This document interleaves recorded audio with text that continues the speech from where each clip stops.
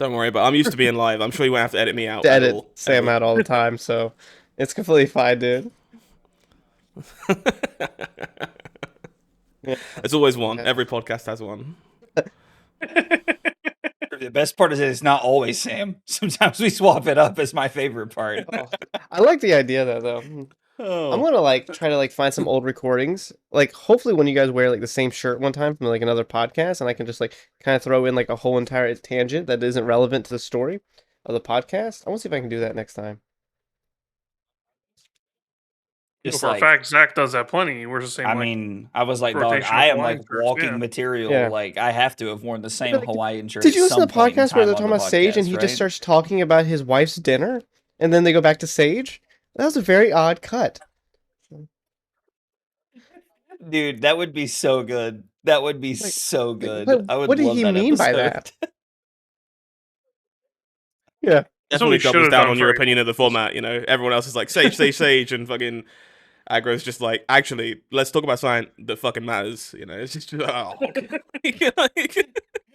Dude, that would be awesome. I think the audience would love that too. Taylor, it sounds like you need to use Look, those beautiful I'm not gonna lie to editing you. skills to Nathan's make this Crawford, happen. Nathan's episode scarred me for editing. That was the worst episode I've ever had to edit. Oh, and I mean- Punkage's episode was pretty awful, where I had to like take 4 different podcasts and put it into one. That was Yeah, that It's one I both- was. like just big failures. sure. on the I will blame the software, software right? any day other than myself. I love it. Well, welcome back to Breakpoints, episode 37. I We think missed a it's week, 37, 38, right? I is it not? believe. 38, 37. It's a Who number knows? up there. Welcome back to Breakpoints. You're still watching at this point. You don't really give a shit what number it is. We don't either. We're here for the vibes. Today, as always, I am joined by Taylor, Sam, and we have a very special guest with us today, Mr. Scott Yokohama. You may know him as Scott Mines, but he has been working on getting his name legally changed for Pro Tour Yokohama coming up. And it sounds like a lot of you all have been as well. I have been told that this joke has resonated with a lot of the community. Isn't that right, Scott? yeah. Not what I expected with that one. You know, when you work in live broadcast, you try and like come up with funny things ahead of time to make it sound like you're funny in the moment. That one was very much like an organic reaction and like maybe the stupidest thing I ever said. And I don't know, it just resonated with the community in a wild way. And yeah, probably need to lean into it a little more going forward until I finally win something. So yeah.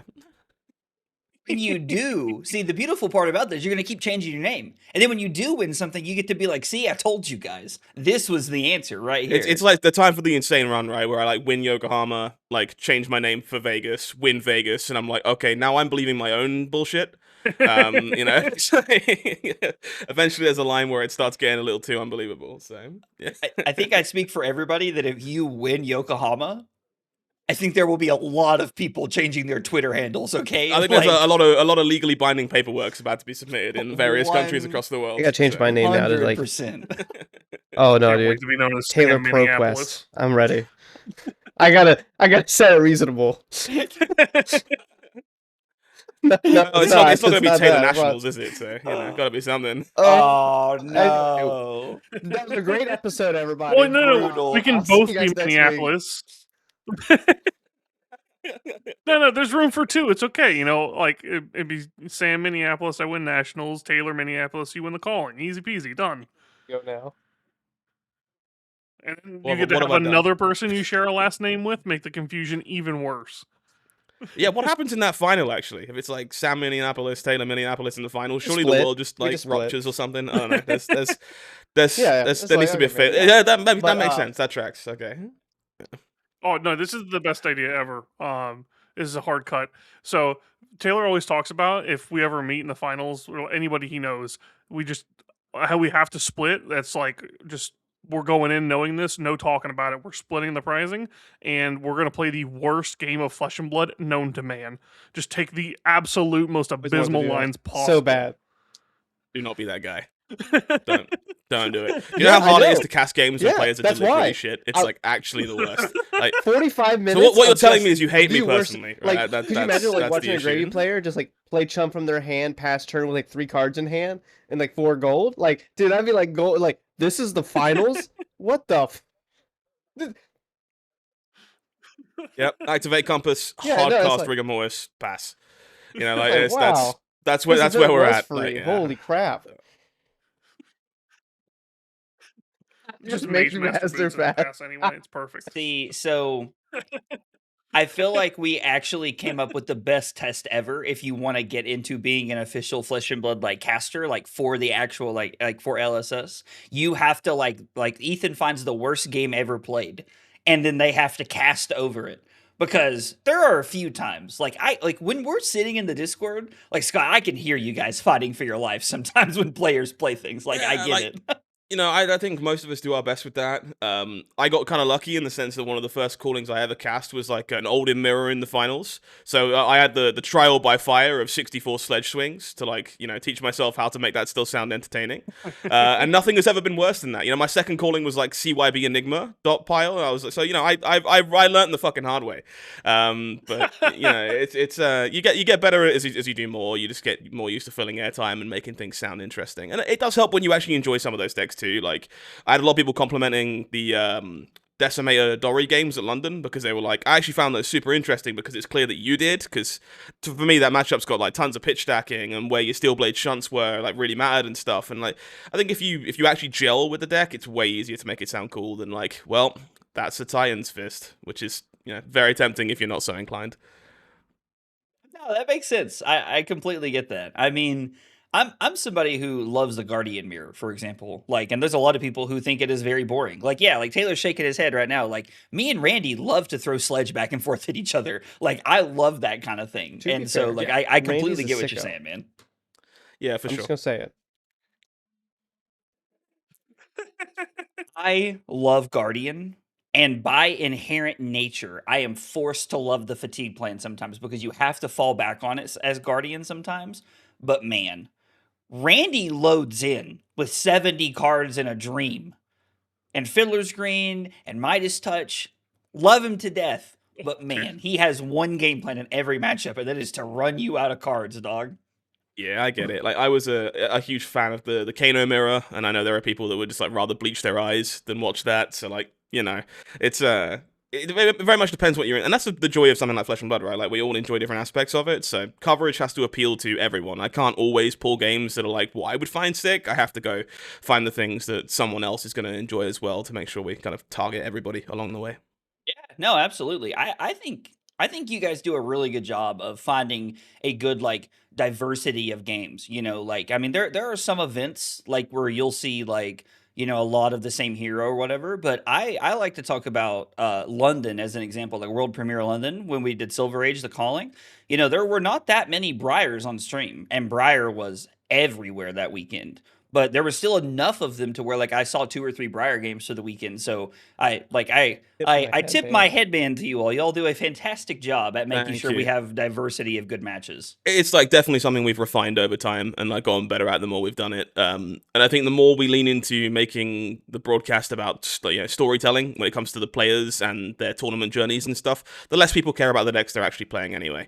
So it's like way easier to make the event feel enjoyable when it's not live and die on the fact there's 55% KO or something. You know, you can still work with it because of the people and their backstories and the tournaments they've won before. There's just a lot of room to play with. No, that's awesome. And it's also cool because like now we're at a point where you can do that, right? I mean, like Yeah. I think about 3 years ago, when Ethan was doing like streams out of his backpack and stuff like that, I mean, you may not have known half the player base when you were commentating because you only knew your locals. And so now Yeah. Clements, Fung, Brody, these are all people you're seeing on camera all the time. Like you can sit with that and really enjoy them. It's like been a really big thing for me personally because like Flesh and Blood is nothing without the people. And again, shout out to Ethan. He's been great at working with this on this with me. It's like a conversation we have pretty consistently. I look at Montreal, for example, where it's like people were freaking out about Vincent having a great showing, but to us it was like, okay, we can make June a star here. because this is a breakout weekend for June. June's playing phenomenally. We want you to know who June Lextatis is, because the next time you see June on camera, she's going to be the Vincent that stole Montreal. And like, if we can build that story, that's way cooler than, hey, you remember that one time when Vincent was okay? Like, that's a way less interesting narrative. So like, yeah, for me, it's like just the easiest win for me. It's like the people are so much cooler and so much more important than the actual like metagame breakdown. So until they take me off these things, that'll be my priority. Is paying the story of the people is just so much more important. I think I speak for everyone. We love it. Trust me, it makes calling coverage, Pro Tour coverage, a lot of fun, because God knows I'm watching a lot of calling coverage while I'm playing in the showdown on Sunday. So we'll have an excuse to throw you in the broadcast area again soon, Agro, no doubt. hey, let's go. Got to fix that losing problem, you know. Listen. I told Ethan at one event, I said, "What do you mean 3 and 4 doesn't make it onto the feature match, dog? Like, come on, bro." I got some wiggle room in those middle rounds, but if you're 2 and 3, like, I love that don't know, joke, man. by the way. Is you sit I don't wanna across from your embarrass you like opponent that. and you're like 2 and 4, and you're like, I can't believe we're not the stream game right now, dude. This is insane. The feature, yeah. Yeah. Like, that one always lands when you like get penned to like Jacob or something. You're like 2 and 4, and you hit Jacob Clements. You're like, nah, man, this is a joke. How is this not the stream game? Like, I need my moment in the spotlight, and I also need everyone to know that Jacob's not immortal and does in fact lose sometimes. Like, come on, that's it. Oh, that's awesome. Well, let's talk about everyone's week in Flesh and Blood. Sam, why don't you start us off? I have had a pretty relaxed week, actually. I am unfortunately not going to Yokohama and just been helping the boys out a little bit here and there and not doing anything too crazy. I hit an armory this week, and that's about it. I got to play Taylor, how'd you do? Shapeshifter Cube last night. It was a great time. We got to draft silly cards and play silly things. Everything else went pretty great. I haven't played Paper Fab since Memphis. I'm taking like a little break from Paper Fab until maybe July, but I'm still like watching college coverage and talking to the boys every day and talking smack, and helping Zach over here pick a Sage deck after one night of just ass beating. I feel so bad. That was, yeah. But other than that, I'm just glad to be here. How about you, Zach? How are you doing, buddy? I mean, my week in Flesh and Blood has been a little bit more intense than Taylor and Sam's. I did take a break and do the Shapeshifter cube draft, which was a blast. Thank you. Big shout out to Will from the Table Pit for putting that on. It was an absolute blast. I had a great time. I have locked in my Victor deck because, I mean, at this point, if I'm not playing Victor when he's actually relevant in the meta, then I don't know what I'm doing. And then in Silver Age, I'm floundering a little bit. Just to give you guys an idea, there was a day this week where I played, I think it was like close to like 50 games of Silver Age in one day. Just in one day, like just playing different decks and different things. I'll play 25 games of Kano one day. So I don't know. We're gonna find a Silver Age deck. But I am very excited for Pro Tour Yokohama. I guess when this comes out, Pro Tour Yokohama will only be a couple days away, which I'm very excited about. So it's gonna be a good time. Scott, how about yourself, man? Equally in the blender. Yeah, not everyone knows. I'm not casting Yokohama this time. I'm playing. Funny story, qualified by accident, was preparing for Worlds, and I'm sure we'll get into prep for those kind of events in the podcast, but part of it for me is playing a lot of events, so I just turned up to ProQuest. I was like, okay, let's just keep playing different decks at ProQuest, let me, get physical reps on these decks so I know what I'm talking about and what's going on, and I took my comfort pick in Verdance to one of them and just went AO, and was like, well, my opponent doesn't want to go to Yokohama, so I guess I am. So that's kind of great. Haven't played a tier 4 since London last year, because I've been a bit otherwise occupied. But that does mean the testing process is kind of strange. People are scared to share their decks with a content creator. It doesn't come naturally to a lot of folks. So it's been nice to be back in the blender again. I think at this point I'm locked on CC as well. I don't think my deck is the right pick necessarily, but I needed to lock in like a week before the event and just get reps to feel comfortable on something. So I think in hindsight, I probably would have picked something else, but it is what it is now. Sage might still change. I think Shanghai obviously has some input. I think Chris Yali's Briar deck is really cool, so I'm probably going to play some of that later today. Kind of wrap my head around that a little bit. But I'm leaning Ira. I think everyone's leaning Ira. I think we talked about it, Zach, a little bit during your stream the other day. I'm just not a fan of decks that I turn my hero over and feel like I'm dead immediately to something on the other side of the table. So I got to pick up something that doesn't feel like I have 100-0 matchups, and Ira is probably that deck. So I think there's a couple of really interesting things that you talked about here that I want to like touch on. I'm in the same boat you are. I hate flipping over my hero, and there is a 0%. Like I saw your hero, and the game was over before it started. I hate that. It's the reason I'm not playing Oldhim. Oldhim has multiple of them. As much as I love Oldhim, it just like, Kano is really bad. As long as they know how to pitch stack you, which I'm assuming people at the Pro Tour will know how to do. And then Stack Florian is like negative 500,000%. Like you can't win that game ever. So you were talking about Ira. Ira is a deck that I've been testing recently as well because it has, even if it has some unfavored matchups, it has game into everything. There's like almost 0 games you sit down and can lose on the spot. Is there anything about like the testing process other than 0%ers for Sage that has stood out that might be different from CC? I think somewhat, yeah. I think Paul Van Heysel said something in London that really stuck with me during his winners interview. In that Silver Age feels like a format where your decisions matter twice as much because you have half as much health to work with. Which really resonated with me at the time when I hadn't played that much Silver Age. And I was like, I kind of like the idea that my decisions have significantly more weight. As I've played more of the format, I agree. Like, obviously, again, there are these 100-0 matchups we're alluding to that your decision... Brain Dead Monkey plays the game the same way. Doesn't matter. But the games that aren't that, like... The KO mirrors when no one high rolls, like, blocking with your armor in the right spots is incredibly important. If you get it wrong, you will literally lose the game. Ira sequencing, where it's like, okay, does the 2 damage on this Kodachi or the breakpoint on this 3 that becomes a 4 matter more in the long run? Do I need this Crouching Tiger to have 1 power, or is it just enabling a pouncing key? Like, these kind of sequencing decisions...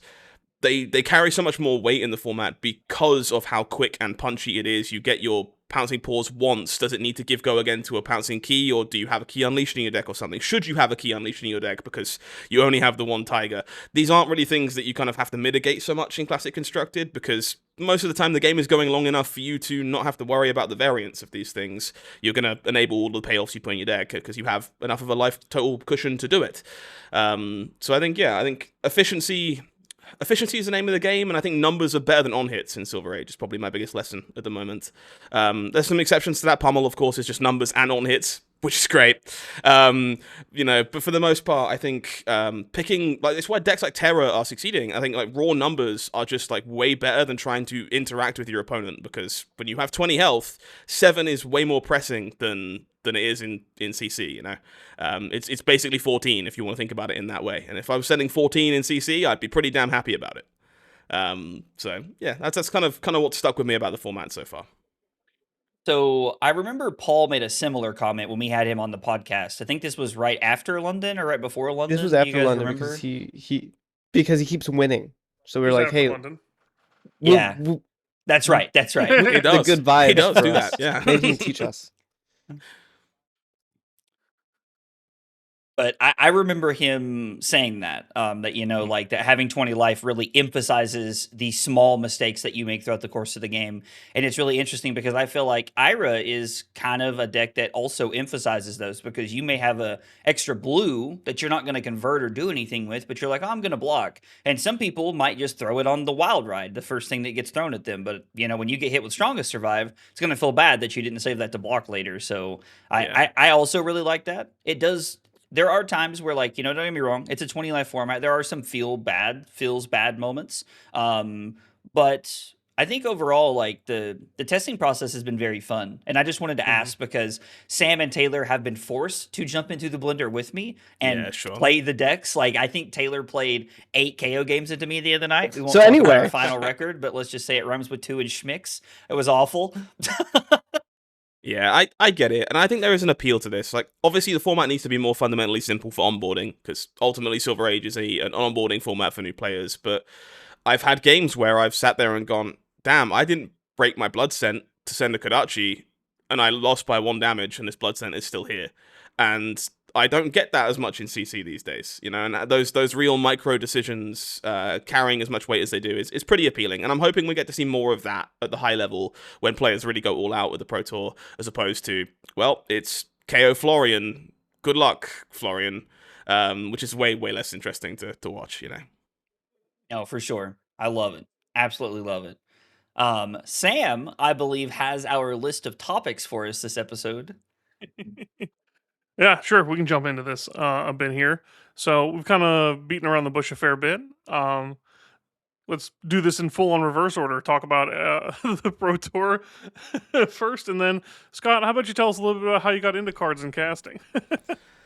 Yeah, sure. I guess it's a long story at this point. I've been in TCGs for the better part of 18 years overall. Much like a lot of other people, it started from me being a very nerdy kid without a lot of friends. And I didn't come from a particularly financially savvy background. My parents were very much, you know, lower middle class. So they couldn't afford to do a lot, but they could afford to spend like £5 a week to send me to like a card club, and hang out with people my own age and sometimes significantly older than me. And I don't know, it just, for me, it always resonated in the sense I was obviously very much enjoying what I'm doing, like the collectible side of things. I enjoy like testing my brain with strategy, but there was something about feeling like I was part of something more important. You know, some of these people were still testing for events back then when I was much younger, and I got to play a role in that and like lend cards and like you go to dinner after the tournament and stuff. And just from the beginning, it was like, this is so much bigger than just like tabletop games. And so it just became my home when I needed a home. I think honestly, I was still trying to figure out who I was, and I haven't really left. I think for me, a large part of that now is understanding that I need to pay that forward. I think is the truth, because there's a lot of kids that were where I was that now need that environment to exist. It's arguably more important than ever when we have less social spaces for people to interact outside of digital spaces. So for me, a lot of it was like, okay, well, how do I turn this into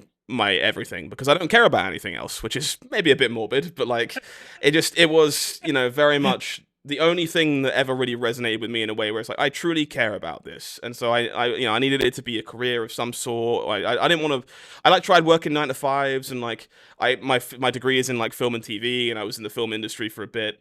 And it just didn't hit the same. I kept searching and reading articles and watching content while I'm on my breaks at work, and I'm like, I'm in the wrong place. Like this just isn't where I'm supposed to be. So I stepped away from that. I ended up working for an LGS for a while, which was great while it lasted. Unfortunately, that ended on really bad terms. I ended up in a pretty negative place with the owners of that establishment, but it ended up being kind of a blessing in disguise, because it gave me that kind of kick up the ass to be like, no one gets to take this away from me. I think this is so important that you don't get to remove me from it because you hate me on a personal level.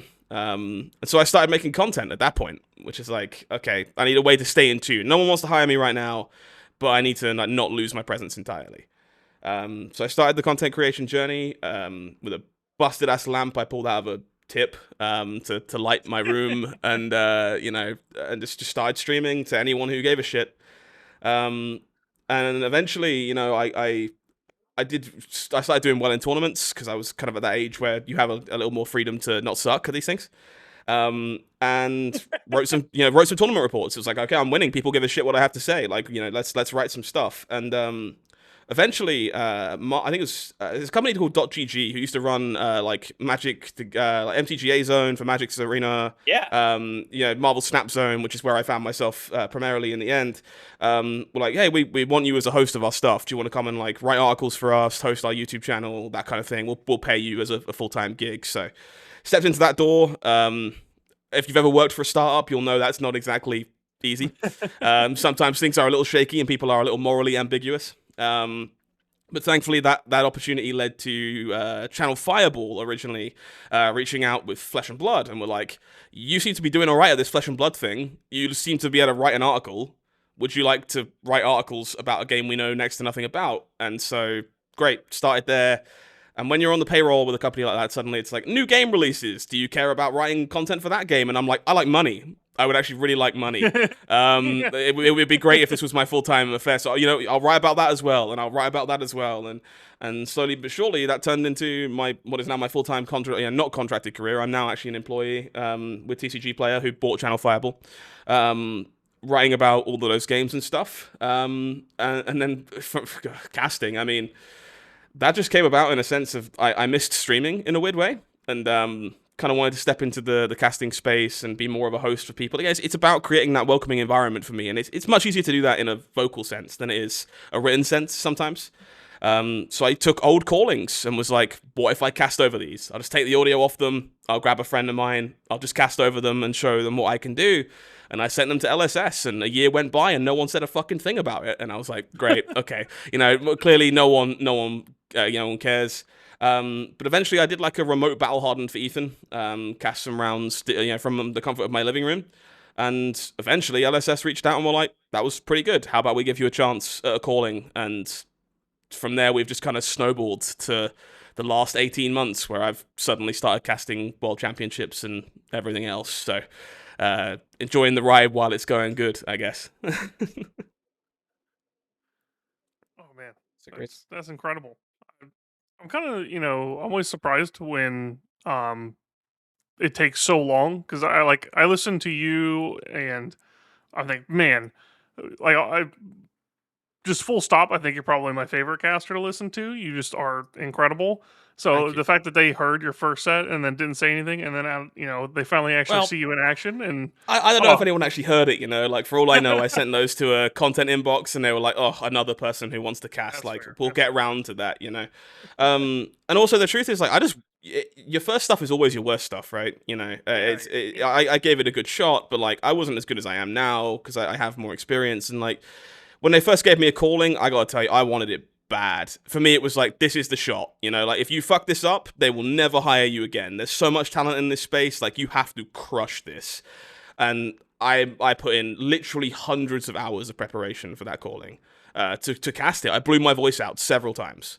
Learning how to alternate my flow and where my voice goes and how I can bounce off other casters. I spent so long refining my cadence for that event. And then the second event they gave me was the world premiere in Prague, which required me to learn the entirety of the Hunted in 24 hours. It's so crazy. Which is insane. And if you haven't looked at the Hunted, card. those cards are orange. They are all orange. They are all the same. They give +2. Some of them give +3. They are various shades of orange. Learning those card names was hard. And for me, again, that was okay, we did the first calling. They loved it. They've gone, here's the step up. Can you do this? And so I did the same thing again. It was hundreds of hours of preparation to nail every card name, every block value in that set in a 24-hour window. On the plane over, in my hotel room, just non-stop. And safe to say, I was definitely the best caster on that show for remembering cards and interactions and stuff that had just released. And that's why you see me on every world premiere now, is I got to turn around and go, I can memorize sets in next to no time. It's so crazy. I've proven I can do it. So good. And yeah, that's the thing. If you, just like anything else, in this industry, you don't succeed in this industry without getting lucky, but you need to give yourself as many chances as possible to get lucky.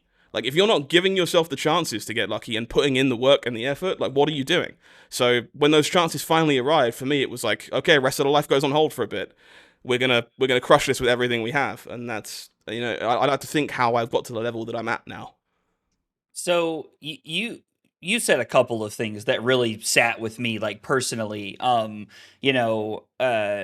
is going to sound like a shot at LSS, and it's really not. I think a lot of people forget that LSS is a small company, and this is a card game that is just 6 years old, and they're still growing and learning themselves about who they want the game to be and stuff like that. And so, 100%. To hear that you went an entire year without hearing back, but you didn't quit. You kept going. You were like, I want this, so I'm going to keep doing anything I can to get where I want to be.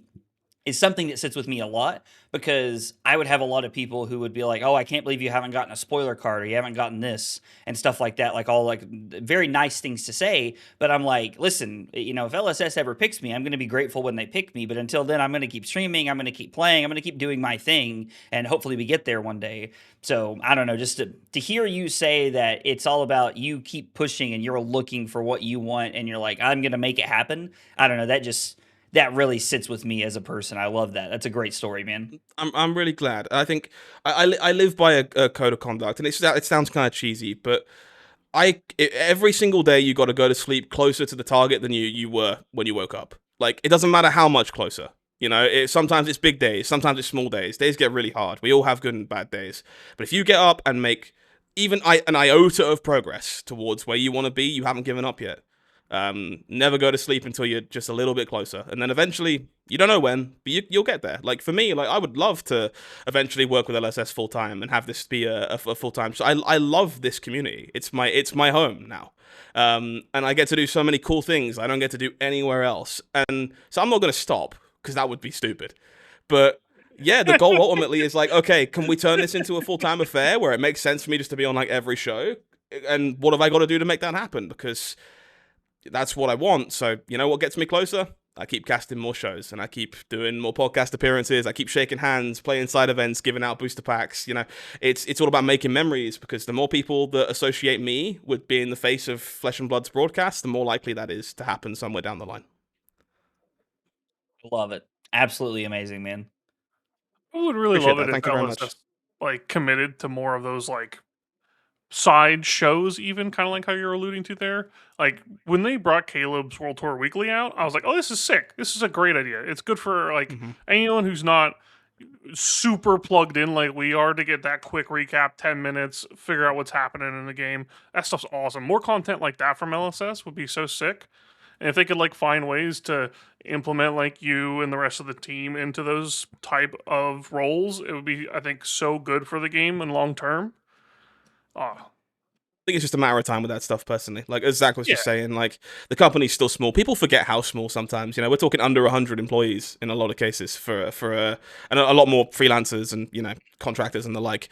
But it's not even that, and we're talking about a game that's globally renowned and running $2 million competitive circuits and releasing 4 sets a year and stuff off of a small flagship. Like, I understand they have other priorities for now. Like, so hopefully in the future, I can set myself up to be in a position where they're ready to make that jump, and I'm like, well, you already have an asset available, let's talk. And we'll take it from there. But I think it's a matter of when, not if, for that kind of content. I That really makes hope so.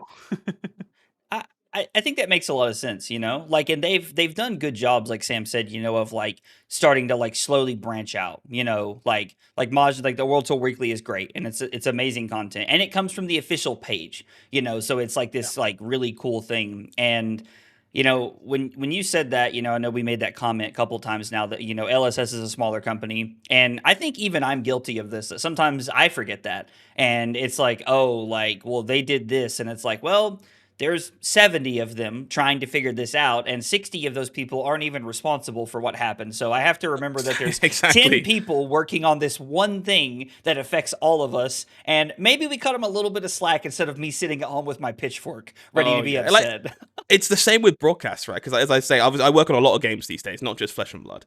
And I had the pleasure of working on a Riftbound Regional in Bologna a couple weeks back. Oh, that's awesome. Working with Riot on that, which is incredible. But you see behind the scenes of like Riot's level of broadcast, and you're like, oh, there's like dedicated teams to everything. There's like 30 people back here spinning wheels and spinning plates. And then I went to cast Montreal the week after, and it was 3 of us. It's like the scale is very, and then you compare those products, the actual end products, and you go, actually, we're not that far away, and we're doing that on a skeleton crew compared to what would be possible if we had Riot money or insane Hollywood money or whatever. So I will say to the folks at home, like, enjoy the show. Please raise critique, like, that's how we get better. If you have genuine criticisms, let's engage in a constructive conversation. But just remember, sometimes it is literally 3 people to run an entire calling show. Stuff is gonna slip because we're only human. Yeah.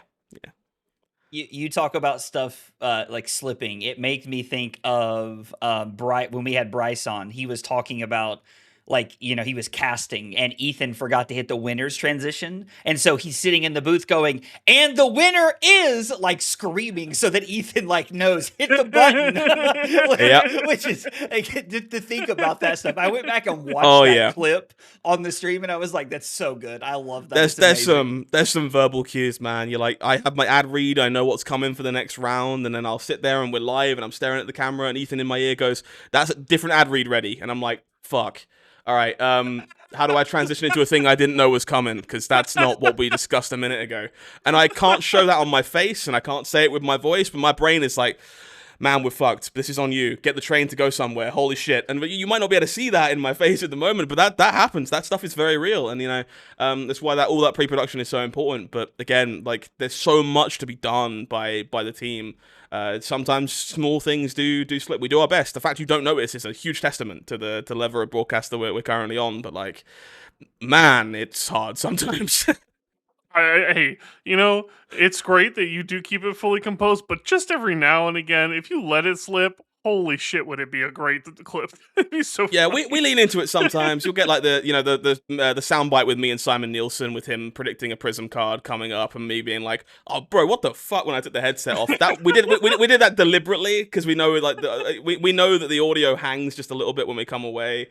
So like you can lean into it every now and then, and it makes for a good bit. But I think like for me, as you might be able to tell by the ludicrous outfits I wear while casting, it's all about professionalism. So like for me, it's like, okay, I need this to the priority is to entertain people at home, and it needs to come off like a show that's going to do that. It's not about me getting a quick witty laugh for the sake of like trying to shoehorn my bit in, if that makes sense. If it comes up naturally, great. If it doesn't, like I would rather the ship stay on course for as long as possible because it's bound to sink eventually. No, you guys always do a phenomenal job of like staying composed and keeping everything on. Like, you know, like I promise you, if there's ever been a moment where you're sitting in front of the camera and you're going, "Oh shit, I have no idea how we're gonna like get to this," I've never once noticed. I'm just bebopping along, enjoying the stream. So, like some of my favorites are when like Ethan's like, "Oh man, something is very broken. You need to pretend we have a judge call," and I'm like, "How do I do that?" Like, there's a game going on right now, and everything's kind of normal. Like, how do I?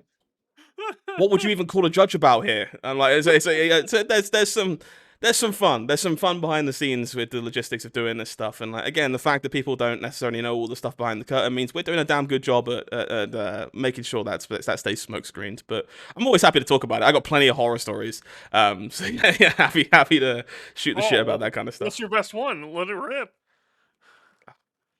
I mean, in terms of like legitimate horror stories for me, it was Montreal not too long ago. It's a couple weeks back now, maybe a month or so, a little more. Obviously, it's just me and Ellie on that broadcast in terms of casters. So you know, we're still casting in real time. So we have like 3-minute breaks between rounds, and like trust me, you learn how to inhale a slice of pizza in 3 minutes. It's just part of the skill set you need to kind of get back onto the broadcast before the next round starts. But we kind of stuck a 5-minute break up because I was like, okay, I need my one sponsored toilet break of the entire broadcast because running to the other side of the venue in 3 minutes to use the bathroom and run back is like next to impossible. So we're like a little bit longer, and I just realized I just ate like way too fast. So like I run to the bathroom, I throw my guts up everywhere, and I'm like, I have 1:20 to get back to the broadcast booth and be live for the next round. Nightmare. Oh, no. Utter nightmare. So I'm just like, okay, mirror, face, okay, we're all good. Didn't get anything on myself. Fantastic. Run. And just like belt back to the other side of the venue. And like I'm on the way and someone tries to stop me and they're like, I would love to grab a signature. I'm like, I'd love to stop and have a I will get back to you. Like, please don't think I'm trying to be rude. I would love to get back to you and sign something a little bit later, but I have 38 seconds and I'm dying. And I have somewhere else I have to be right now. So that one was particularly rough, and playing off that you haven't just ejected your lungs 90 seconds prior is a talent I didn't know I had, but apparently we do. Well, how about, for instance, what about the inverse? What's like something incredible that didn't quite get caught by the camera that you've experienced? Oh, I have so many of those. like, I think the more I've done these shows, the more I guess my popularity has multiplied, I guess, because like between the first couple of shows it's just like a few extra people, you know, and then as you get more popular they all talk to their friends, who then it's more people then talking to their friends, and so it's a lot of the recent shows where it's been like very surreal.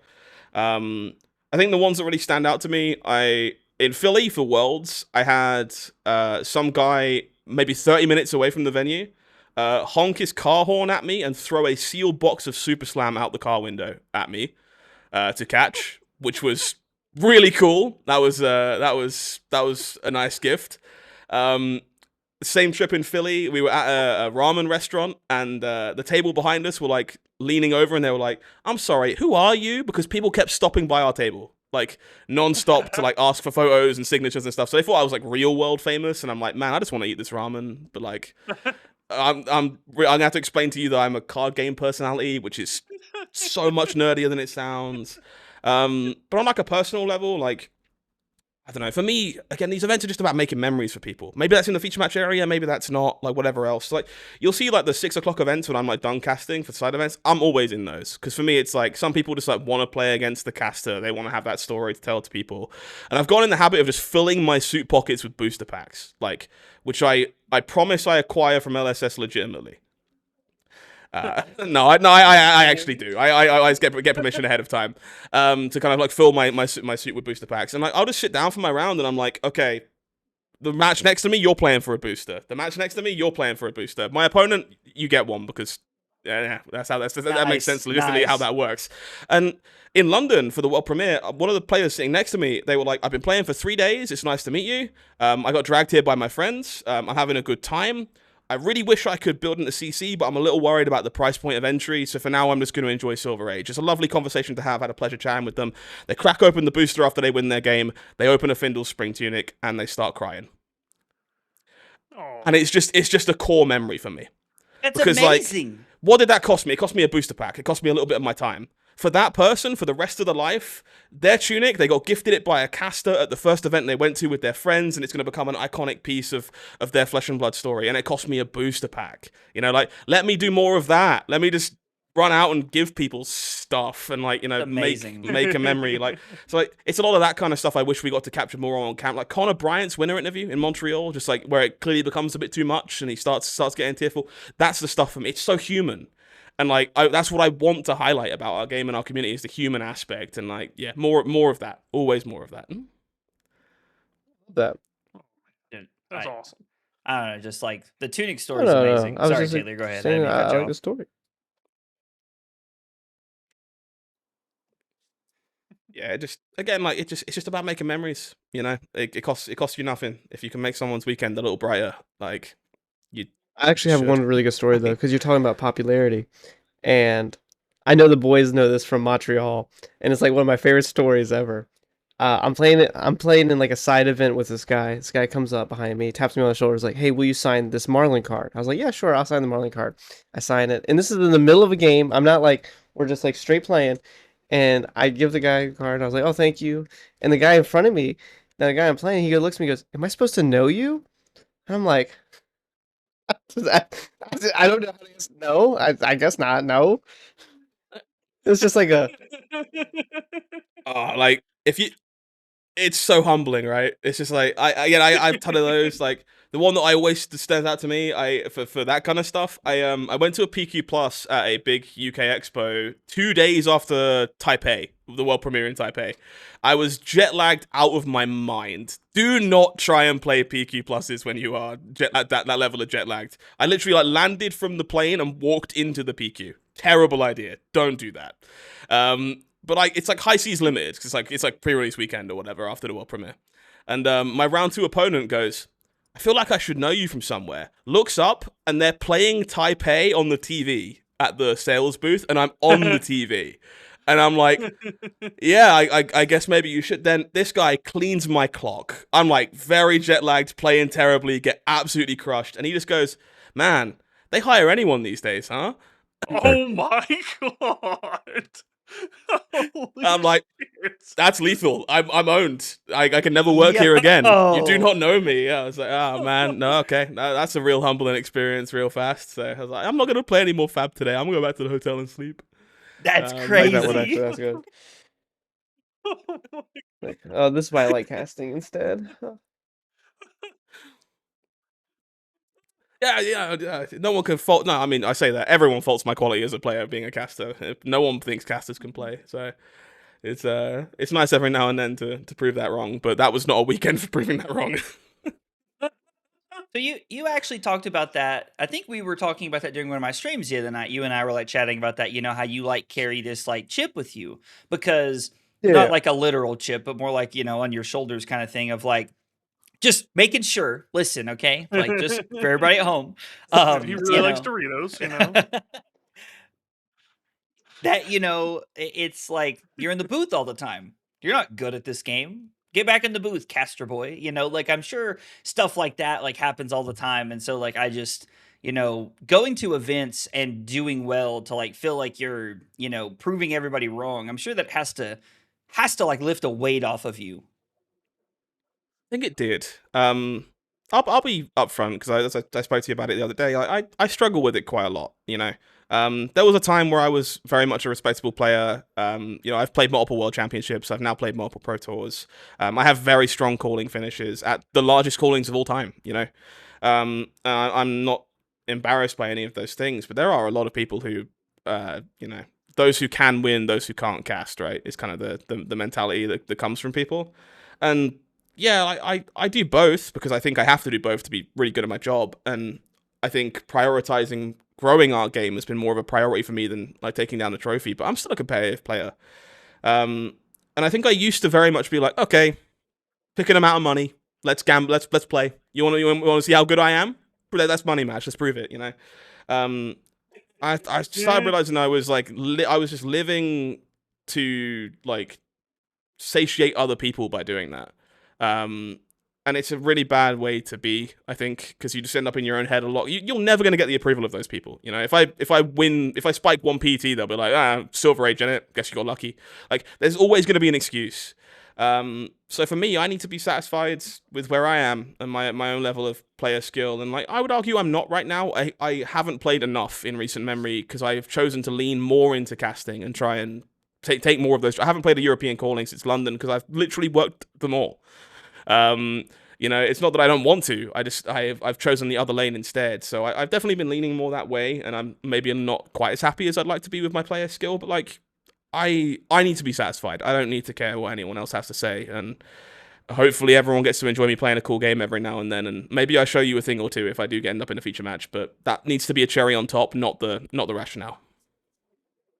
No, I really like that mentality. I think it's a healthy mental for you. It's also a healthy mental to set as an example. Like I am someone who I feel like I carry the weight of I'm a content creator and I say these cards are good and this strategy is good and then I show up and I try to play with it and when I don't do well, that weighs on me because I'm like, well, am I letting everybody down? Like am I lying to everybody? Like kind of thing. So it's a very good example to set for everybody else in the community who's also looking to, help grow the game and be a part of that content sphere, but also, at the end of the day, we're grinders, we're competitors, we want to compete, kind of thing. So I love that, man.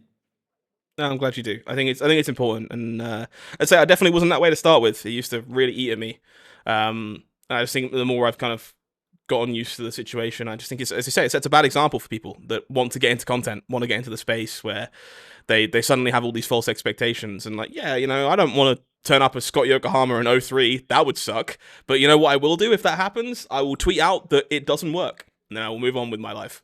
Because that's a way better way to handle that story and tie it off with a nice bow than me being like, damn, I'm shit at Flesh and Blood. Because, I mean, for all I know, I hit the 90-10s and the draws didn't go my way because that's car games. There's in-baked variants. I can't live and die on. I think I've said this in a few LSS articles, and I stand by this phrase: you are more than your results. And you need to stand with that. Like, your results are great, but your achievements don't make the person. And my priority is being a better person and building a better community. And if the results come, that's great. Yeah. No notes. I love it.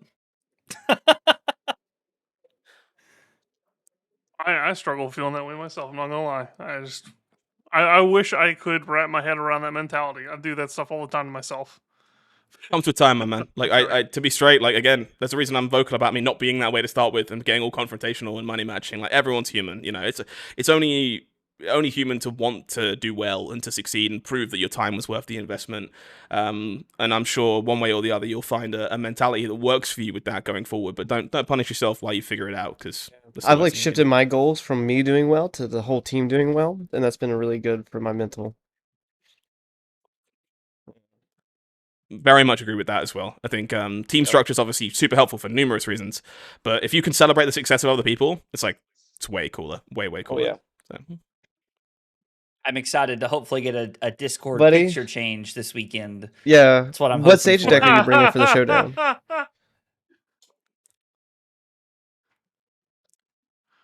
Wow. Not only implying that I'm not going to do well at the Pro Tour, I forgot there's a implying I'm calling. not My going to do bad. well at the calling.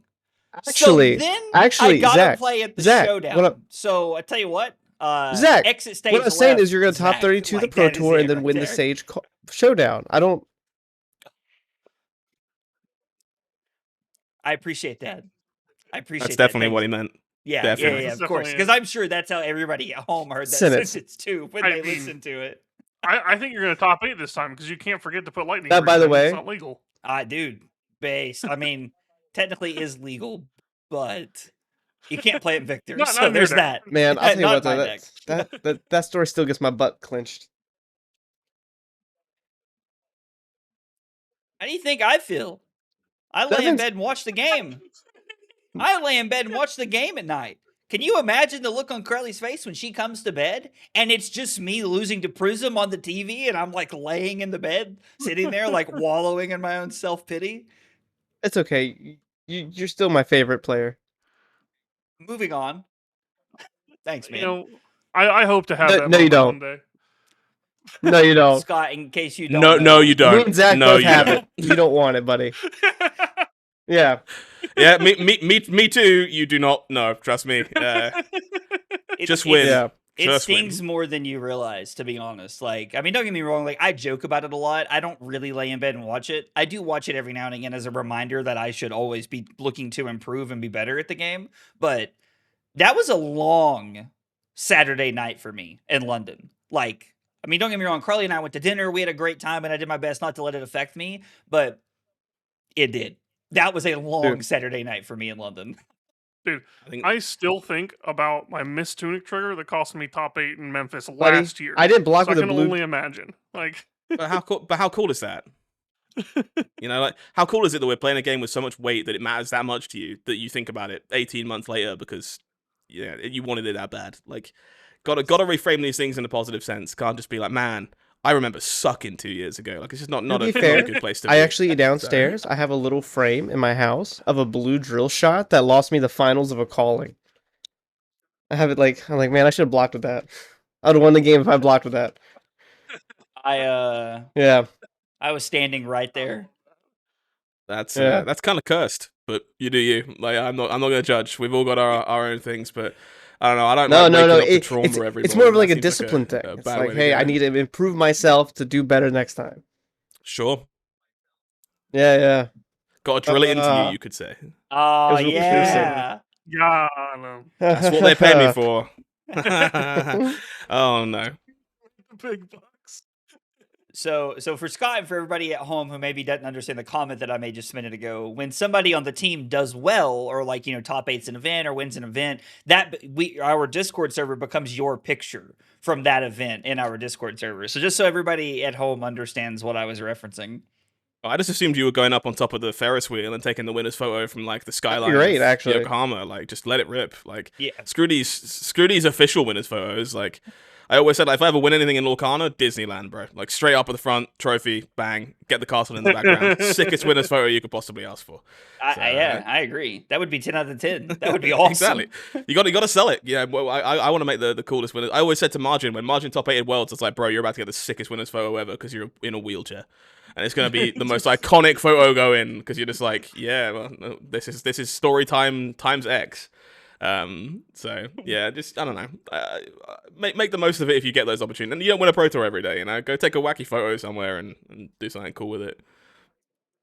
When you guys shot, I don't know if it was you specifically, but the team shot that like promo video for the top 8 Oh, worlds. yeah. It was oh my god, that Majin wheelchair scene sent me. Yep, the wheelchair pop is iconic. Yeah, it was a lot of fun to put that all together. That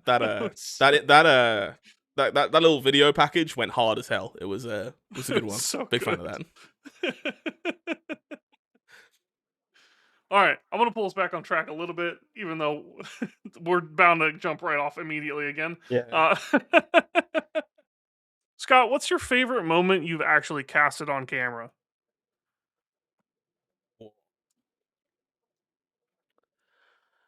I'd say it's pretty close. I would say it's probably between sending new to Living Legend, which is a really fun one. You don't get to Living Legend a hero very often. That one's up there.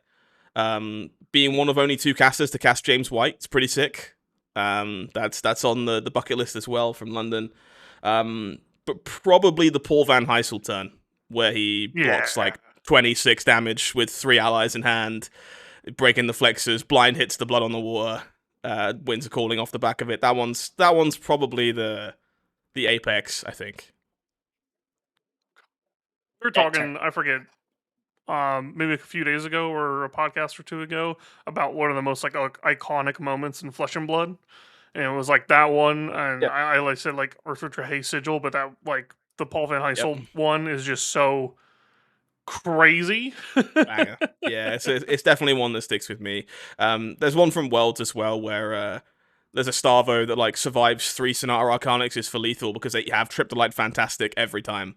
And that one was also like, because it's like a round 8 game, no one remembers it, but like I remember like popping the fuck off with Mitch in the booth when the 3rd Triptolite Fantastic like blunts the 3rd one, and I'm just like, yeah, I remember that one because I almost fell out of my chair. Like, so you know, that's that one's up there for me too. So there's some highlights, yeah, for sure. I would say probably those 4 kind of immediately come to mind, but there's a million. So I don't know if you guys feel this way or not, but like there's a lot of other card games that have like these iconic moments over the last 25, 30 years because you draw 1 card at a time. And so it kind of creates a easier scenario, in my opinion, to have this iconic moment. The Sigil of Solace, the 3 allies blocking everything out, like those turns, they feel like they're so, I don't know, like there's so few of them in our game because a lot of the game is, like it's all set up and you can block and make math and stuff like that. But like occasionally something rises to the occasion where you have this crazy turn. And so I feel like they stand out in my head so much more from Flesh and Blood. I think we could do more with them on the broadcast too, where the fact we've gotten better at like cutting to hand cams and stuff, and like we can cut to the Verdance player peeling the 1 card, the 2nd card, the 3rd card, like looking for the Burn Bear. If the Burn Bear's there, it's their game. If it's not, they're in serious trouble. Like we can help build those moments because, as you say, it's like drawing 1 card at a time, but because we get 4 of them in quick succession, it's like you can crescendo almost from card 1 to card 4. Yeah, I agree with you. I think they stand out more because they happen less, and I think it's like very important to make them feel like a big deal when they happen. Yeah, big fan. Yeah. Do you have a particular player that you like casting more than anyone else? Typically, I'm very much like a matchup person more than a player person. Like, obviously, I love to see my friends do well. I've met so many cool people from doing this, and you kind of get to know basically everyone that has a result somewhere because you bump heads eventually. So I'm definitely like more of a matchup person that I'll get excited for than necessarily a player, or like a win and in, or like a timing thing more than a player. If I have to pick one, it's probably Vare Sevens, who is the most excitable Dash.io player you will like ever see. Like, I fear for Vare when that deck reaches LL because I don't know them personally or anything, but you can just tell every time they're playing Dash on camera, they're having such a good time. Like, everything is so much fun. It's like, boost, banish the card, that was fucking sick. That's a grenade, that was sick. Maximum velocity, kind of giggles a little, that was sick. Like, and I love the human element. So like for me, like just watching Vare get so excited about the game he's playing is one that stands out to me, I think. Otherwise, as I say, it tends to be I just people I like. I like Margin, Paul Van Heysel, like I want these players to do well because we've gone to a number of dinners together now, and I know them on a more personal level, so it's way more easier for me to get invested in them doing well. I hate casting this Michael guy. No. No, I don't think there's anyone I like hate. I obviously I have a pet peeve where I'm like, man, your board state sucks. Where are your rune chants? You know, is that a seismic surge? Like that kind of stuff really pisses me off because like it's really hard to do my job, but like it's not a personal thing. Like, and then you get people like Jacob, of course, who play with their unsleeved equipment, and that bothers so many people. Like, it bothers so many people. I've had like a couple casters I've been with like physically shake like when they see it being like picked up and peeled. I couldn't care less. Dude. I'm like, whatever. It's your money. Every time I play against Eugene, the way he holds his cards drives me up the wall, and I love it. It's like a mind game, dude. It's the way he'll like. I'm like, I know you're the most played Flesh and Blood player of all time. I think. Like if you look at like. Well, I was like, the way you hold cards, I was like, it looks like you just picked up the game yesterday. How are you doing this? It's so good because it gets in my head. No one gives me psychic damage like Eugene, man. No one. Like as you say, it's the way he plays as well. But like you just watch him play a game, and he's like, you know, opts off of Eye of Ophidia, like leaves the Blood Rush miss on top, draws it, and Blood Rushes anyway, and then draws Riches of Tropal Dani, like Reckless Arithmetic off the Blood Rush, and my mind can't comprehend what has just happened because none of that makes sense in any universe I live in. And it's just, I know he's like incredibly well versed in mathematics and understands all the odds and stuff, but no one I've cast have I watched a game and been like, this isn't fab, man. What am I watching? I can't cast this. I can't give you any insight on what's happening. None of this makes any sense. Like, and that's the power of Eugene, 100%. I remember the first time he played a Nimby in Reinhardt, and I had to stop myself from going, of fucking course, live on broadcast, because I was just like, yeah, of course, why not? Like, of course Nimby makes sense. Fuck it, Scabskin Leathers is broken. Just play everything that might be great. You know, and like, but I can't say that. That's obviously not very professional. But my brain, it was in overtime. I was like, yeah, no, of course we play Nimby. You know the exact moment you're talking about. Whenever he Blood Rush Bellows and he draws Nimby and he rolls Scabs, hits like a 4 and goes Nimby for 3, getting a blue. I'm like, what is happening? What is this stream? What is happening? Exactly. It's just like I don't get it, bro. But clearly you're doing something right. You are the Reinhardt, so I guess I'll just live with my psychic damage. But I've never felt like worse as a fab player than when I watch like Eugene make plays because I never get them right. I'm like, I guess I should have thought about what happens if you draw, I don't know, a Jack of Spades because that might be in there too. Like I didn't plan around that one. Like. That's the kind of fun you get when you've been like playing a deck for like literally your entire time you've been playing Flesh and Blood. You just get to play the deck in a way that other people can't understand. I feel like once you get to that like mastery, it's so sick. Yeah, especially those Vincent players who love to remind me that I don't know how the deck works. You're right. There's a lot of stuff I'm still learning, bro. Like I didn't know you could do half of that stuff. This deck was unplayable for 2 years. Like I had to learn 37 other heroes. Cut me some slack. I'll get there. Oh, my favorite is like the Eloquence refund where you get to the double action point. Oh.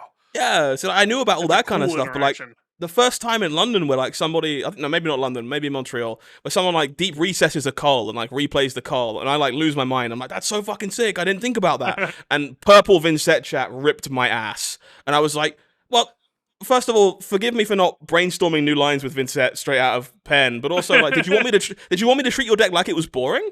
Like, let me be excited about this thing and hype it up to people at home because they haven't seen this either. I hadn't until just now. Like, don't treat me like I don't know how breathing works, which is definitely the visceral hire response. Anybody nowadays, Jesus. Absolutely, man. Like, they just hire anybody these days. It's criminal. What am I fucking doing here? Who knows? See, first mistake I love was going Purple into Chat. Purple Chat. I swear to God. I don't tend to visit Purple unless someone tags me, but it's another one of those things like these days. People just tag me more, which is great, but also I just see a lot of stuff I kind of wish I hadn't, so maybe I shouldn't. I'm going to start tagging you. The last time I went into Purple Chat was because someone tagged me. I'm like you, I don't go into Purple very often because people have been very rude to me in Purple, so I just don't go in there very often. But I was tagged. Somebody was making fun of Taylor and tagged me in purple. And I literally scrolled just to see that they had tagged Taylor 6 times in the last 20 minutes. And I was like, how do you live like this, Taylor? I was like, this is nonsense. And he was like, oh, I love this shit. Oh. I love it. I Like, know. Oh. I could not live that way, dude. No way. Like Oh. every now and then I'll like, wake up after casting a day and I'll look at my there's like 8 notifications from Purple. I'm like, who did I piss off? Because like clearly I pissed off someone. Like it's I revealed I have a card reveal for Omens on socials like yesterday. And I was like, I made a guitar joke, which I'm referencing the spoiler for numerous reasons, but the amount of people in Pleiades chat, man. Like, you played this deck that one time, and you said the words guitar. It's a Pleiades card. And I'm like, it might be. I'm not going to tell you that it isn't, but also, now I have to bring your hopes down just a bit so you don't skin me alive if it isn't a Pleiades card. I'm like, oh, this was a mistake. We're talking about getting tagged in purple, and I think the issue, Zach, is that whenever you get tagged, they're in, sometimes they're critiquing you, and you're just like, oh, that sucks. Dude, I'll go in there and I'll go fist fight them. I'm like, you suck. Play me for money. I don't care about you. And they're just like, let's go. This is what I want. Like, I made a Twitter post recently about rotation. We'll talk about that. That's a completely different thing. And I got, and purple blew up. Yeah, Twitter started like pushing the algorithm to people about it. It was weird. Anyway, so I got tagged a lot, and they're like, what are your thoughts on this? I'm like, shut up, I don't care. And it's just like, yes, let's go. Dude, it was so much fun. Just get everyone just like rage baiting. That post went so viral. I had colleagues from TCGplayer who don't play Fab like send it to me and go, is this guy stupid? That was like the actual response I got. And I was like, that's an in-depth conversation. We can have if you want. We were actually going to do the whole episode last week, but I got the flu. And so maybe in a couple of weeks would you like to come back on and we can talk about this and we'll have like a little heated debate? Let's go. Like I'm not even entirely against it. I'll because debate Zach rotation hates the idea. if you Zach want. personally hates the idea. He's told me, and I'm like, I've never once said I hate the idea. That's the same thing. I don't like the idea, and I don't think that it is. I don't. Okay, listen. The story here, Zach. Jesus, this is God. the dig the heels in that you were talking about earlier. 1 second, I need to go tag Zach in purple. Let's make this official. But yeah, no, like I don't hate the idea. Like, I played card games with rotations. There's so many things that have to be. I didn't say it was worked out logistically that, possible. You did the thing that I hate. You posted on Twitter with no fucking actually, I did for what you said. I could have just stopped at posting on Twitter. Honestly. I was gonna make the whole podcast, and we're gonna talk about like your hot take, which we know about, and my hot take, and we're gonna do the whole podcast about it. But we got the flu, so we'll just have to do it at a later time, and then we can use that as our justification for our Twitter post in your stream where you got absolutely flamed by chat. Yeah. So what? We're just gonna wait till like August after it's blown over, and we're just gonna bring it back up for no reason. Basically the same timeline as a dev talk. Don't worry. Do it sometimes in October. Yeah. Amazing. Punctual content. Don't worry about it. October 2028. Yeah. Whenever Monarch 3 comes out. Every time, just in time for set 40. It's gonna be great. Oh. No shade, by the way. Those dev talks take tons of production. I'm fully aware they're very difficult, I like it. But it is still very funny. You can't laugh about it. I mean, why are you doing it? That's all right. If I don't cast again after this podcast, you know why. I pissed somebody off. Well, I hope that everything we see on here, that LSS listens and doesn't get upset about it, and that's about as far as I can send it. Yeah, me too. Weirdly enough. I mean, I think that LSS takes constructive criticism well. Now, obviously, sometimes they do. Sometimes we're just busting balls to bust balls because we think it's funny, but like I do think that LSS takes constructive criticism well, because if they didn't, I don't think that I would have any place in their content creation sphere. No. I very much agree. I think, like, first of all, that was clearly tongue in cheek, which is like fine. But like, huge respect to LSS for taking feedback. Like, I was the person who asked for pronouns to be on player screens on broadcasts and made sure that was a nice. thing. And it was there like a week down the line. Sam went out of his way to get it approved. Marketing agreed. Like, I understood how important that was. Glad that it's still there. Like, I will never critique feedback from LSS because for the most part, I think every time I've been asked for feedback or had meaningful conversations to that effect, it's been like very human and like very much we want to be better. So like as much as we make tongue-in-cheek jokes, I'll never actually fault the feedback process with LSS. They're pretty good with it. It's awesome. I didn't know that was you that asked for it, and I also didn't know that was like, I mean, Sam made it happen. That's so cool. Yeah, I had a few members of the marginalized communities kind of reach out and confirm that this was something that was really bothering them. And again, just we can make a better product. You can be more inclusive to people. You can make this feel more welcoming and make people feel like they belong here. And it's such a small thing, small upgrade to make that happen. So very very glad that we could make that happen. But yeah, I mean, same thing. If you have feedback for the broadcast, things you want to see change, like you can always message me. You can always maybe I won't say message anyone else because I don't want to speak on their behalf, but you can always message me, and I'm more than happy to go to bat for good ideas because we all want a better product at the end of the day. What do you think, Zach? You want to message Ethan about the stream being delayed by 3 hours? Oh no. Oh yeah. I mean, it's always delayed 3 hours. Always delayed. I 3 actually hours, would like to see. I don't know if you guys know the Reed Duke GP. I think I would love to see a Michael Hamilton GP if we can make that happen, where you just sit behind Michael Hamilton for the whole calling, and we just watch him, and there's like very little casting, and you just have like a mic'd up Michael Hamilton versus players or something like that. So while I don't want to make assumptions on that one, like the sad truth is, it's kind of a reason why Magic didn't do it again either. And I'm lucky that I work with Reed, and I've spoken to Reed about it a little bit. He's one of my colleagues now. And there are logistical concerns about doing that kind of broadcast. So I would be surprised if we ever got it. But I agree with you. It was also like the perfect tournament for it to happen too. It was like the stars aligned. He did well, but he didn't top 8, which is fine. But like but it was like a stars aligned where he's playing an interesting, interactive legacy deck, and it was just it was one of the best GPs ever, in my opinion. I agree. I very much agree. Like, I still go back and watch those games from that event because one, Reed Duke is my favorite card game player of all time. Like I met Reed Duke once. I'll pass that on. And I was like a 5-year-old kid. I literally called him Mr. Duke and asked him to sign a card. Like, I mean, and I'd been playing Magic for years at this point. Like, Reed Duke might be one of my favorite people on the planet. But Reed's lovely. It's so funny. Like, I get it. Like, as Taylor said, I would love to see something like that. But man, when you put Hamilton on and like, no shade at Hamilton, he has a bad weekend and he goes 0-2, like that idea is down the drain, right? Like, it's like kind of weird. I think I would like to see something like that from a content creator in the space. I think, Ethan's kind of put out guides on backpack builds for streams and stuff in the past, so you can kind of have your own feature match area if you wanted to. If it were me, I would just reach out to production, I'd reach out to marketing and be like, hey, I want to replicate this experience from GP Reed Duke. I'll bring the gear. I just need you to give me fixed seating so I can set myself up, and I'll stream it from my perspective for the entire broadcast and have basically a backup feature of your own. I think it's good real estate as a content creator, and LSS would probably love to make that happen. So, well, the only issue with that sounds kind of sick.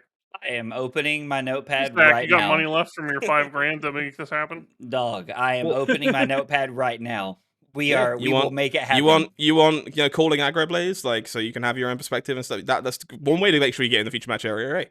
That's true. Yeah, that's actually like my issue is like I'm a pretty Midland player, so I'm thinking like logistically it would just be like a 1-day tournament, I guess, and then I guess you can watch me play the showdown on Sundays. I was like, I mean, like, even if you don't want to do it, like, there's nothing stopping you from reaching out to Michael Hamilton. No, dude, I'm kind of shy. I want to do this. If I speak to LSS and arrange it, well, I tried. Like, do you want me to reach out to Michael Hamilton? Like, I can. I bet you Jacob would be so into doing that. Jacob would love that. Like, Jacob would, I no doubt would love that. So, like, even if you don't want to do it yourself, like, if that's the kind of thing you want to see, clearly you know what content people want. LSS policy on those AI glasses that I can record. Now that'd be cool. Bro. I don't know the official termature. I'd have to check the contracts, but it basically translates roughly as "fuck off." Like having those glasses, like where you could like watch my hands and stuff, like in first person, would be a pretty unique experience. I'm sure there's probably some, like, you probably can't be connected to the internet or something. I imagine, like, it would be really funny to see you like look at your hand and go, "Man, I have a 38% win rate. This fucking sucks." Like, it's just, but, alas, we probably can't. I've been doing that for the last year. I have a 38% win rate. Damn, dude. Yeah, I know. I've been watching. I have access to like the tournament backends for like when I go through standings and pick feature matches and stuff, and I'll pin Taylor, and I'm like, I'll follow how Taylor does this weekend. Round 2, I'm like, where's Taylor, man? Okay, don't even get me started. Like, I don't even. I'm just gonna go work on this rotation I did now.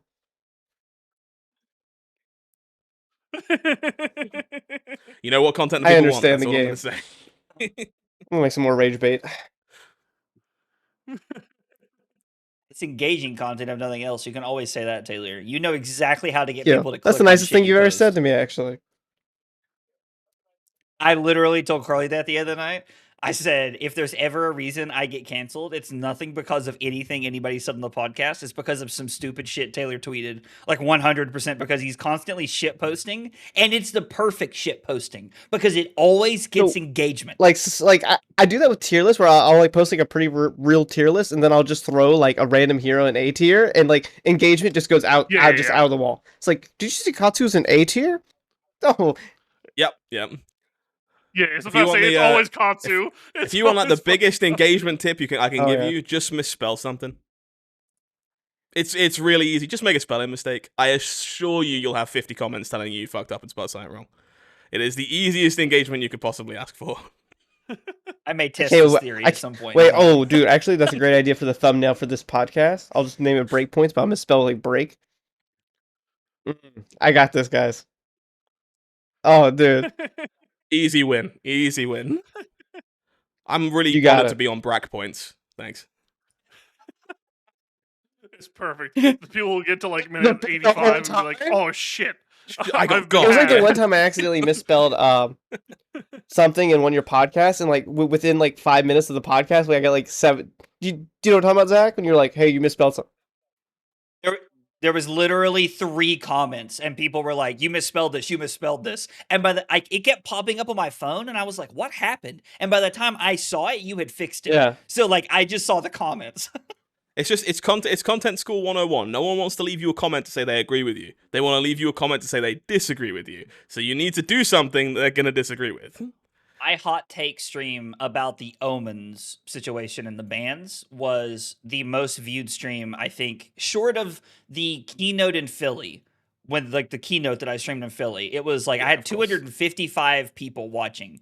Like it was the most people I've had watching ever. And it was just because I was like, I hate this. Thank you for streaming that, by the way, because every time I need an ego boost, I go back and watch that recording of the keynote where you hear the crowd fucking pop off for me.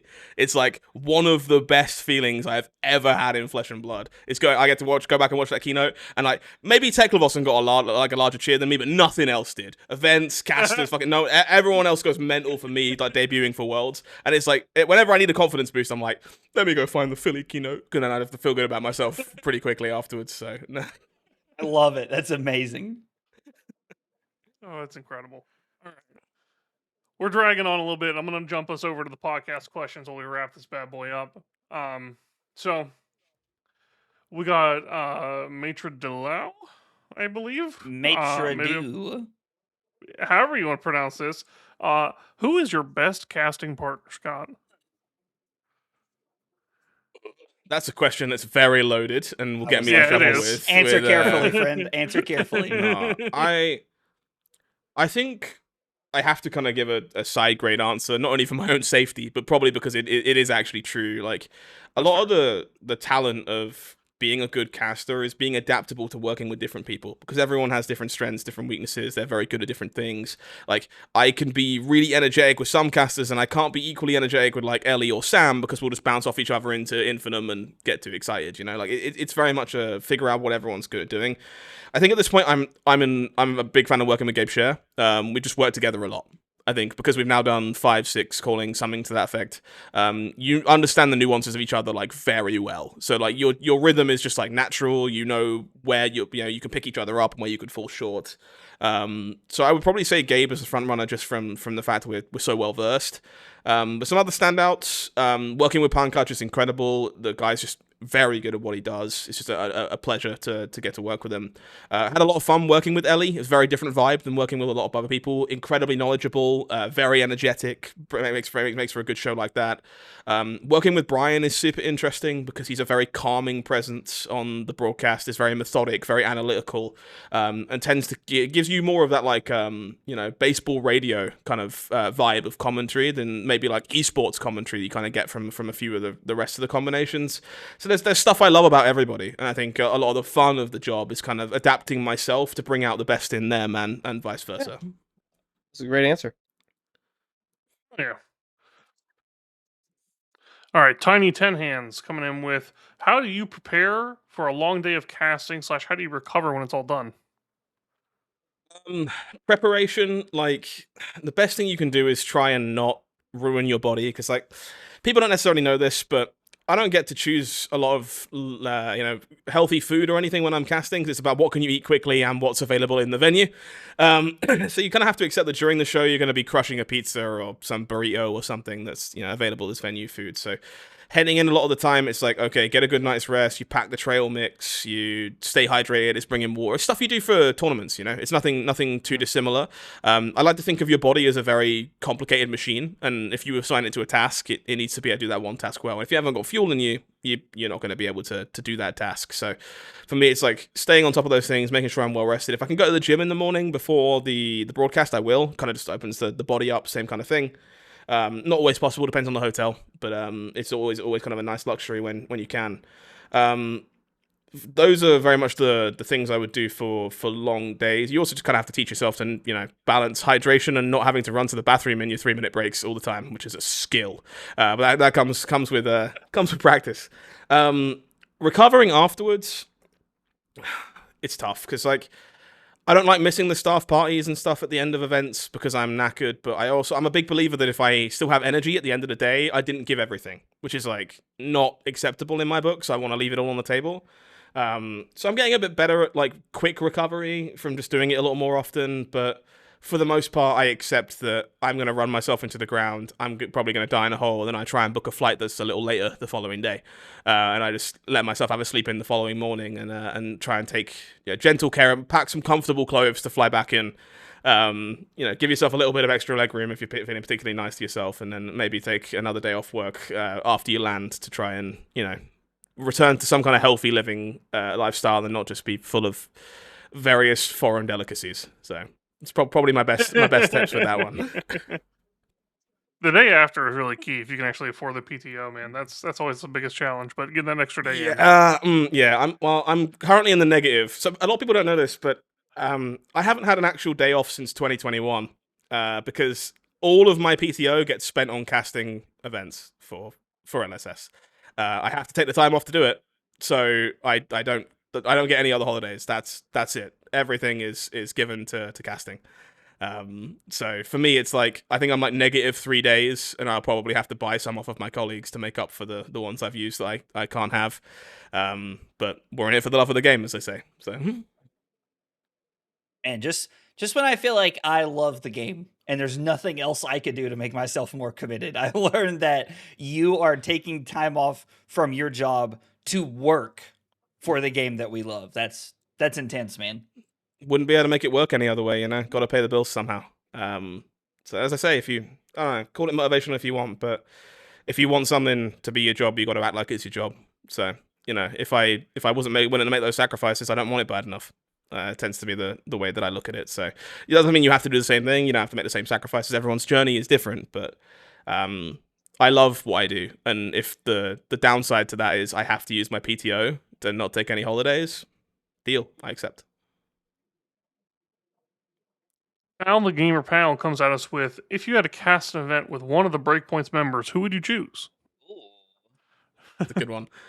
I don't know. I'm worried I'm worried Taylor's going to say some shit that gets me cancelled now. I don't know. That seems like dangerous ground. It would be fun, but like I don't want to be like, what do you think of this matchup, Taylor? You're like, it's fucking awful, bro. What are we doing here? That's. Have you thought about rotation? Like that's not a good place to be on a calling broadcast. So probably not, Taylor. Have you thought about rotation live on stream? That's no worse than Paul's winners interview, right? Paul being like looking to sell these flexes, hit me up on Twitter, like in his winners interview. Like I don't know. It could be worse. So probably not Taylor as much as I love you. I gotta lean towards clicks. I think here. It's probably Zach. Like I think we probably get the highest viewer numbers off of recognizability, and at least I know how the game works, so I can leave you to do play by play just fine. I'm sure. I appreciate that. I appreciate that. Listen. I am someone who loves competing. I would love to cast something one time, and I'm not even talking about like a calling, because there is so much work that goes into all the stuff you all do. Like I have such a high respect for that. I would rather be playing. But if there was ever like a pro quest or a showdown, a battleground, I think a battlegrounds, like if something like that was streamed, I would love to do something like that one time just to get into like the booth and see what it's like. Yeah, I mean, if I can help you Dude, with I'm that at any telling you point, what. let me know. I did casted stream. Battle Hardened Hong Kong, I believe, and never again. It is not for me, dude. It is so much harder than you expect. Dude, it's so fun. I streamed my local PQ like was it last year? I think it was already queued for London, and I was like, all right, we got the setup. Let's just do it. That shit was so fun. It was so great. It's very fun. It's a lot easier when people don't have like expectations of professionalism, though. I think is the thing. Like when you can just like broadcast a local PQ or a battlegrounds, or whatever, people are like, oh, it's a backpack stream. I'm not expecting it to be Hollywood level. Whereas like at this point, like every calling, people are expecting it to be like crisp and perfect and like premier level, like same as the PT, same as Worlds, when you have way less people to like do the stuff at the calling level, and that's when it gets stressful, I think, because you are like very much having to work as like a well-refined engine, or stuff doesn't work. It would be sick if you guys had 3 feature matches every single round for every calling, but I understand it's not possible. Can you imagine? Yeah, you're lucky you get 3 table judges. Damn.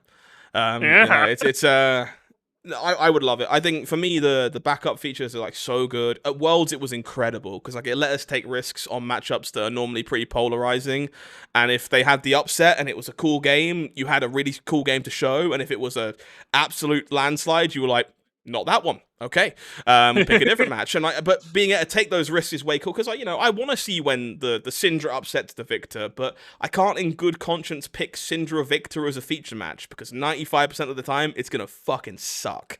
So like having that extra table is like so good to be able to create those kind of games, and it's why like the games for Philly was so sick because you didn't just get like 15 rounds. We had 45 games and we picked the best 15. Like of course it makes a better product, but it just takes more manpower, which is more money and more boots on the ground and more of everything that is required to make a broadcast work. So hopefully in time, LSS is printing money and we can just do that at every show, but we're not there yet. So we'll build the structure for now. One day it'll be on the Riot level. You'll have 30-man team for every calling. Just bam. Yeah, an anime, a game and everything. Okay, yeah, well, why not? Exactly. Let's go the whole 9 yards. When they need a voice actor for, I don't know, Azalea, give me a shout. No, something. Oh, that'd be so great, honestly. Like, I hope one day we get the arcane equivalent for LSS. It'd be so fun. Mm-hmm. Jordan asks, what's your favorite location you've been to while casting?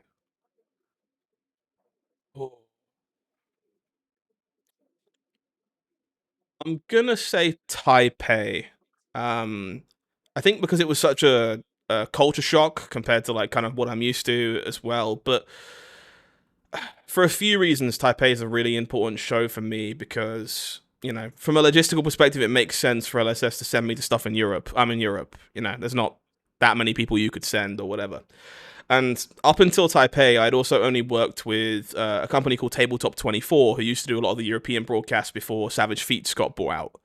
And the producers behind that are very close friends of mine. We've known each other for a number of years. So there's always that doubt in the back of your head as well, where you're like, maybe they're just hiring me because I'm friends with the producers and like I'm going to be easy to work with and stuff. So there was always some imposter syndrome doubt before that. And Taipei was that first event where they were like, we could send anyone. It would make sense to send, someone way closer than you. It'd be much cheaper. And you're going to be working with Ethan, but we've picked you.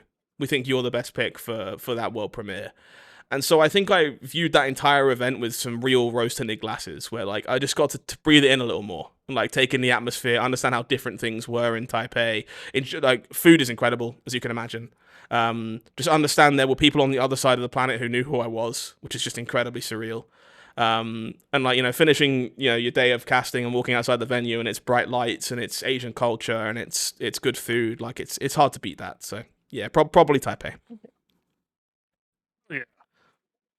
All right, we kind of covered a little bit of this one. Trent wants to know what's your favorite hero and player to cast. So kind of cover the player. Yeah. Hero. I don't know. I'd say things that let me get excited. I'm becoming a fan of casting Vincent games. I think they're just so interesting. There's so many moving pieces, so many permutations. I enjoy casting wizard games, not Verdance so much because she was more of a guardian wizard, so not quite the same vibe. But like, I loved the Icelander mirror. I love the Kano mirror. Not the Acilio mirror. But like, yeah, it's not great. Give it 2 months. Who knows? I don't know. Like, maybe. But like, I think just like dynamic matchups are the ones that get me. Like, I'm less interested in games where it's like one person is clearly doing all the attacking and one person is doing all the blocking. Like, I want things to move and pivot over the course of the game. They're the way more interesting decks to me. So it doesn't tend to be guardians, doesn't tend to be like ninjas and stuff. It tends to be more the mid-range heroes that really appeal to me. Nice. All right. Well, that's kind of all we have for you today, Scott. Thank you so much for joining us. Do you want to tell all the people where we can find you elsewhere? Yeah, you can find me at Howling Mines basically everywhere, whatever social media you happen to choose. I'm Howling Mines on every platform. If you want more of my content, you can go over to TCGplayer and click on their content tab, and I write content for 1,000,001 different TCGs as required, including Flesh and Blood, so you can go and check out the stuff I write over there. Or sometimes, if you're lucky, you might find me on your TV. So keep your eyes open. And thank you so much for coming on today. Oh, wait, Scott. I had one last question, actually. You work with a bunch of people at LSS. When the hell are we getting Icelander back? It's a good fucking question. James, what's going on, bro? Don't worry about that. Oh. Don't worry about it. Don't worry about this guy.